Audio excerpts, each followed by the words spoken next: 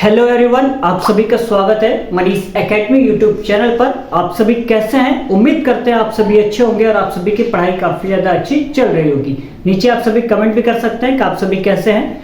आज के इस क्लास में हम पढ़ने वाले हैं ट्रांसफॉर्मेशन ऑफ सेंटेंस क्लास 12 के लिए। तो सभी लोग तैयार हो जाइए, आज हमारा नया चैप्टर होने वाला है, ठीक है ना। देखिए आज के इस क्लास में हमें पढ़ना क्या क्या है ये पहले हम देख लेते हैं। तो सबसे पहले एडवर्ब टू को पढ़ेंगे, उसके बाद में अफर्मेटिव से नेगेटिव पढ़ने वाले हैं, उसके बाद में असेटिव से इंट्रोगेटिव, उसके बाद में एक्सक्लेमेटरी से असेटिव हम पढ़ने वाले हैं, ठीक है। ट्रांसफॉर्मेशन ऑफ सेंटेंस होता क्या है, बहुत ध्यान से आप सभी सुनिए, क्योंकि एग्जाम में 2 नंबर का ये पक्का आपके एग्जाम में आने वाला है, ठीक है ना।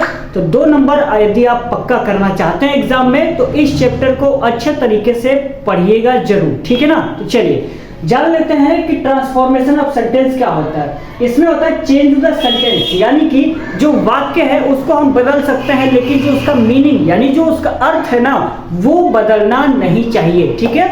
जैसे यहाँ पे लिखा हुआ है Rahul is too fat to run the race. इसका मतलब ये हुआ कि राहुल क्या है, मोटा है, इसलिए क्या है वो रेस में नहीं दौड़ सकता, ठीक है। जब इसको चेंज करेंगे तो यहाँ पे हो जाएगा ना Rahul is so fat that he can not run the race. इसका मतलब ये होगा कि राहुल इतना ज्यादा मोटा है इसलिए वह क्या है रेस में नहीं दौड़ सकता, ठीक है। उसका मतलब यही होगा, यानी कि कह सकते हैं कि यहाँ पे सेंटेंस को आप बदल सकते हैं, लेकिन जो उसका मीनिंग है यानी जो उसका अर्थ है वो बदलना नहीं चाहिए, ठीक है ना। तो चलिए एक एक क्वेश्चन को अच्छे तरीके से समझ लेंगे। इसमें कम से कम 30 से 35 क्वेश्चन आपको कराया जाएगा और साथ में उसका रूल भी लिखवाया जाएगा, तो आप सभी नोट डाउन जरूर करिएगा, ठीक है ना। चलिए बनाते हैं एक एक करके। सबसे पहले एडवर्ब टू को आज हम पढ़ेंगे। तो यहाँ लिखा हुआ है रिमूव टू, यानी कि जो टू है ना यानी जो एडवर्ब है उसको हमें हटाना है, ठीक है ना। तो पहला क्वेश्चन यहाँ पे लिखा हुआ है Rahul is too fat to run the race, यानी कि राहुल बहुत ज्यादा मोटा है इसलिए वह दौड़ में भाग नहीं ले सकता, ठीक है ना। चलिए इसको हमें निगेटिव कॉम्प्लेक्स में यानी निगेटिव या तो कॉम्प्लेक्स में हमें चेंज करना है। तो कैसे करेंगे देखिए, तो राहुल है तो राहुल को हम सेम ऐसे ही उतार देंगे, ठीक है ना। राहुल को सेम ऐसे ही उतार देंगे। इज है तो इज को सेम उतारेंगे। अब देखिए इस टू की जगह पे हमें क्या है सो लगाना है। क्या लगाना है? सो। तो यहां पे लिखेंगे एस ओ, ठीक है। चलिए इसको बनाने से पहले ना थोड़ा सा जानकारी ले लेते हैं, ठीक है। देखिए change the sentence but don't meaning, ये तो आपको पता लग गया कि हम वाक्य को बदल सकते हैं लेकिन उसका अर्थ नहीं बदलना चाहिए। यदि अर्थ बदल गया ना तो सब अनर्थ हो जाएगा, तो ध्यान रखिएगा, ठीक है ना। चलिए टू जिसे हम एडवर्ब कहते हैं, इसका जो मीनिंग होता है ना मोर देन रिक्वायर्ड, यानी कि जरूरत से ज्यादा। यहां पर भी राहुल के साथ भी वही हो रहा है कि राहुल जरूरत से ज्यादा मोटा है इसीलिए क्या है दौड़ में हिस्सा नहीं ले पा रहा है, ठीक है ना।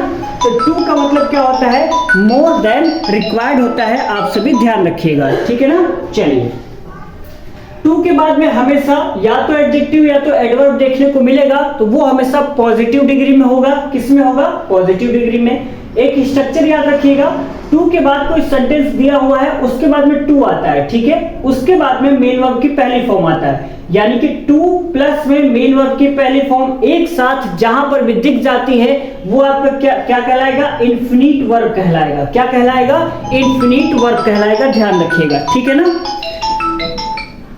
जहां पर भी आपको टू प्लस में मेन वर्ब की पहली फॉर्म दिख जाएगी वो आपका कैसा वर्ब कहलाएगा? इन्फिनिट वर्ब कहलाएगा। और इसका जो अर्थ है ना वो हमेशा निगेटिव में निकलता है, यानी किस में निकलेगा? नकारात्मक में निकलेगा, ठीक है ना, याद रहेगा। और देखिए कैन का प्रयोग हमेशा प्रेजेंट या तो फ्यूचर के लिए करेंगे और कुड का प्रयोग हमेशा पास्ट के लिए करेंगे। यानी कि जितना भी रूल लिखवाया गया है उस रूल को पढ़ लीजिएगा, नोट डाउन कर लीजिएगा, तभी यहाँ पे जो सेंटेंसेस लिखे गए हैं उसको आसानी तौर पे आप कर पाएंगे, ठीक है ना। चलिए हमने कहा कि राहुल को सेम उतारना है, इज को भी सेम उतारना है। इस टू की जगह पे हमेशा किसका प्रयोग करेंगे? सो का प्रयोग करेंगे। तो राहुल इज सो, फैट है तो फैट को सेम उतार देंगे, ठीक है ना। चलिए अब है टू, तो टू को क्या करना है? हमें हटाना है, क्योंकि आप पर क्या है रिमूव टू एडवर्ब टू। इस टू को हम हटा लेते हैं, तो क्या रखेंगे यहाँ पे? दैट। हमने इस टू को तो हटा लिया ना, टू की जगह पे सो लगा लिया और इस टू की जगह पे दैट लगा लिया।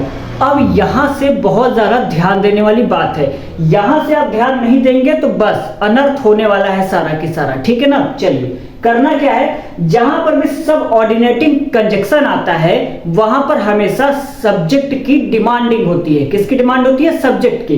तो आप कहेंगे सर यहाँ पे सब्जेक्ट हम लाए कैसे? तो बेटा कोई दिक्कत वाली बात नहीं है, आपको राहुल दिख रहा है सेंटेंस में ना, तो यहाँ पे हम राहुल नहीं लिखेंगे, यहाँ पे राहुल के लिए क्या यूज करेंगे प्रोनाउन में? तो ही लिखेंगे। क्या लिखेंगे?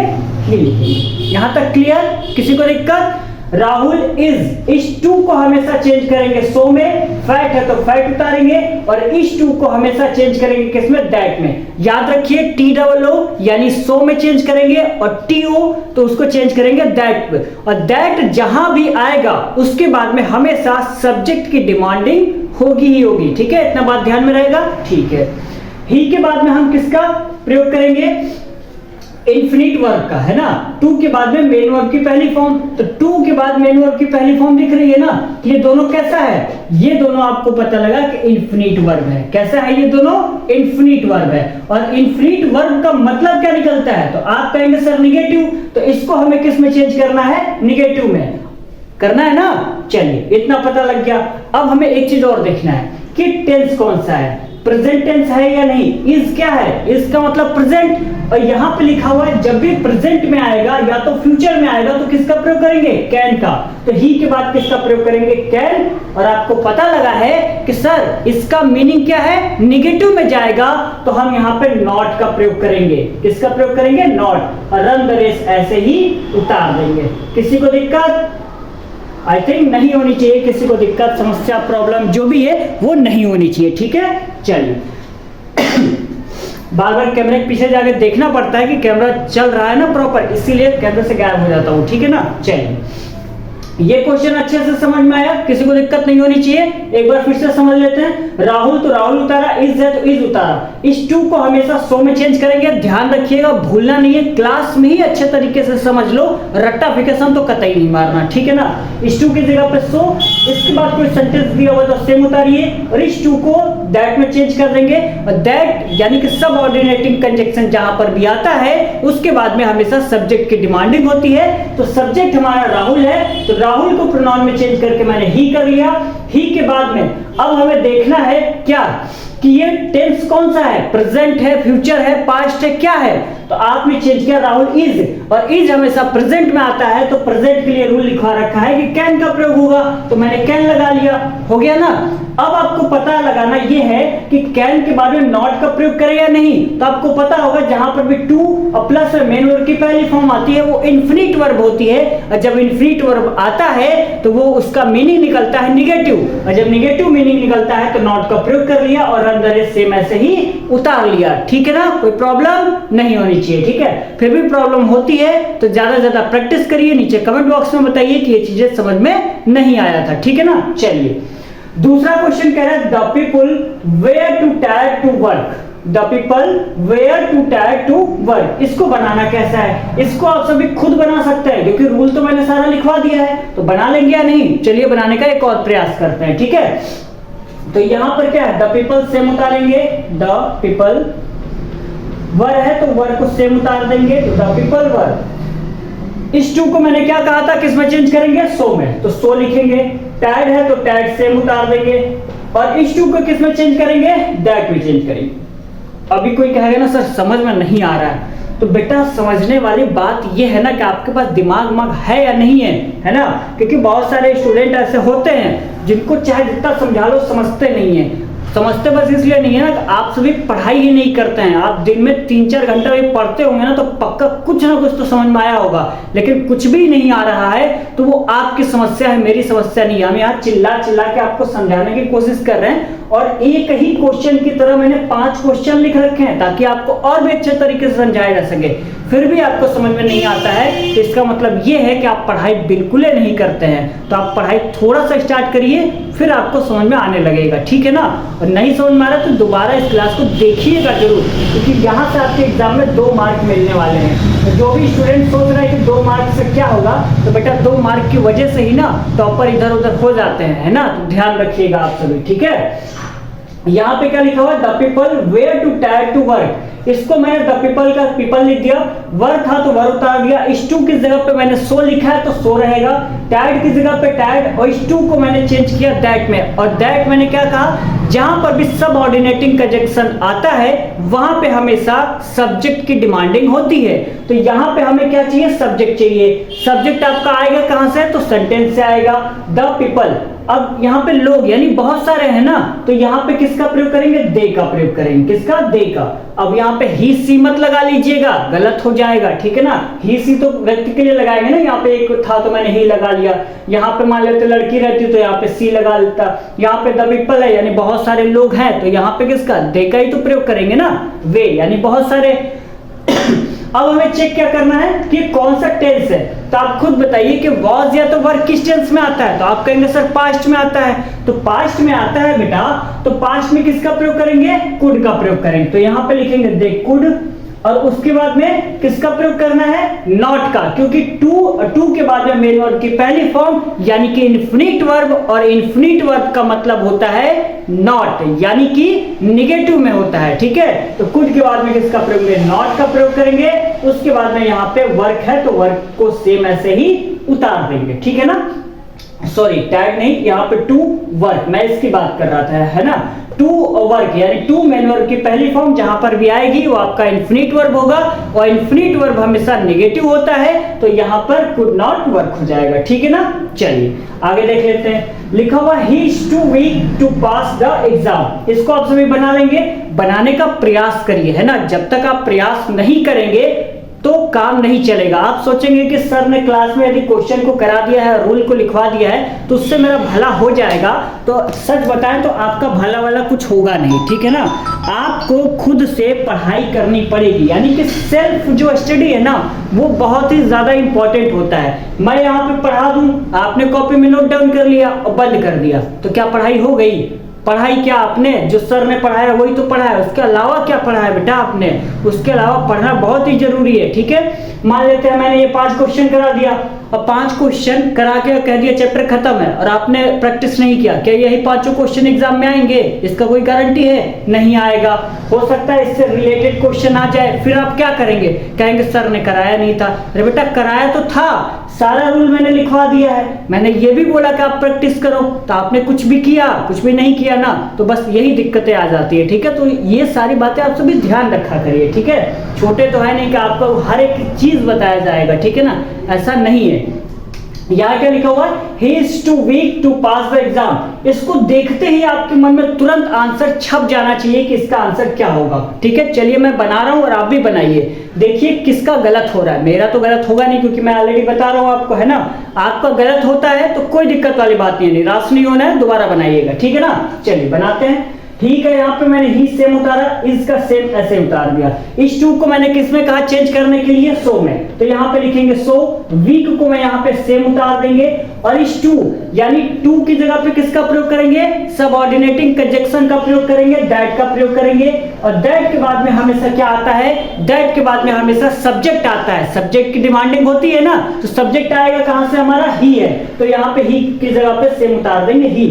अब हमें यह देखना है कि टू और प्लस में मेन वर्ब की पहली फॉर्म आई है या नहीं आई है, तो आप कहेंगे सर टू आया है, मेन वर्ब की पहली फॉर्म भी आई है, तो कैसा वर्ब हुआ बेटा, इन्फिनिट वर्ब हुआ ना। और इन्फिनिट वर्ब का मतलब क्या होता है बेटा, निगेटिव होता है। और निगेटिव चलिए मान लेते हैं निगेटिव होता है, तो नॉट तो मैंने लगा लिया, लेकिन यहाँ पे कैन लगाए या कुड लगाए ये तो हमें पता नहीं है, तो पता कैसे होगा, वो आप सेंटेंस से देखिए। लिखा हुआ है ही इज, और इज किस में आता है, प्रेजेंट में आता है, और जब प्रेजेंट में आता है तो किसका प्रयोग करते हैं, कैन का प्रयोग करते हैं। यहाँ पे कोई भी कुड का प्रयोग नहीं करेगा। यदि आप कुड का प्रयोग करते हैं तो यहाँ पे सेंटेंस गलत हो जाएगा, जो आपको 2 नंबर मिलने वाले थे ना वो भी गलत हो जाएंगे। तो एग्जाम में हमेशा कोशिश करिएगा कि थोड़ा ध्यान से जो क्वेश्चन है ना उसको पढ़िए, ऐसा नहीं कि हड़बड़ी में कुछ भी लिखाइएगा, ऐसा मत करिएगा, ठीक है ना। थोड़ा आराम से रिलैक्स होकर क्वेश्चन को पढ़िए और उसका आंसर दीजिएगा, ठीक है। तो he is so weak that he, यहां पे किसका प्रयोग करेंगे, कैन का प्रयोग करेंगे, किसका प्रयोग करेंगे, कैन का।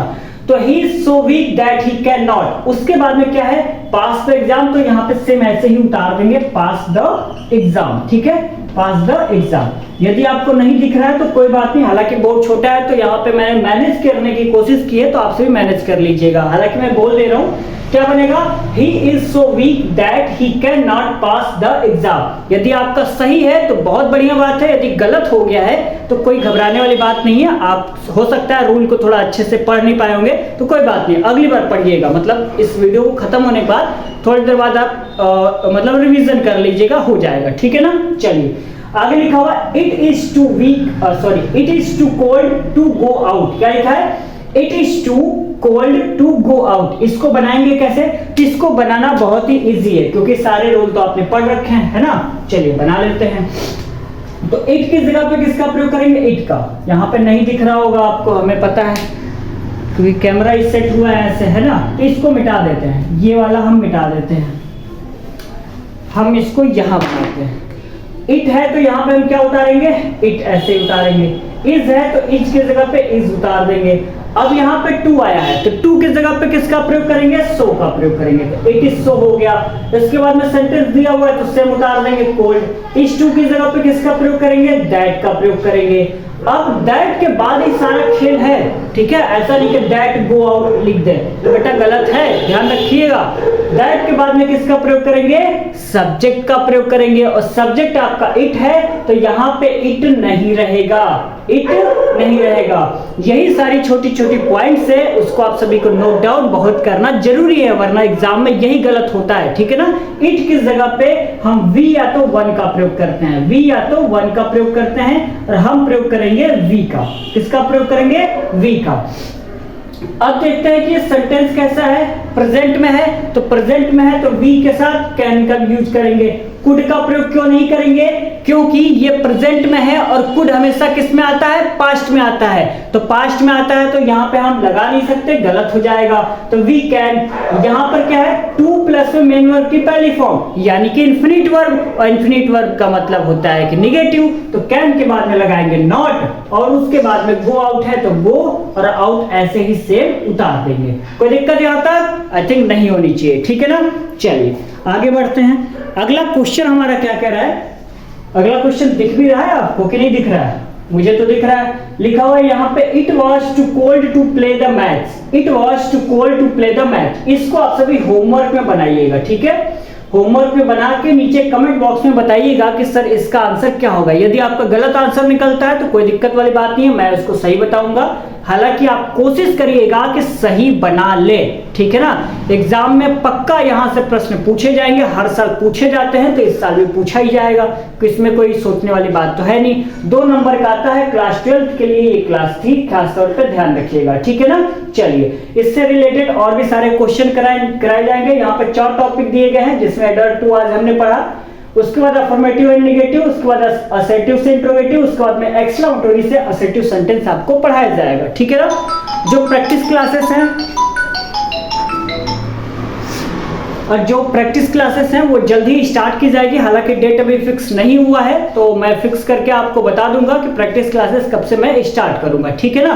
तो चलिए मिलते हैं कल के लेक्चर में, तब तक के लिए बहुत बहुत धन्यवाद।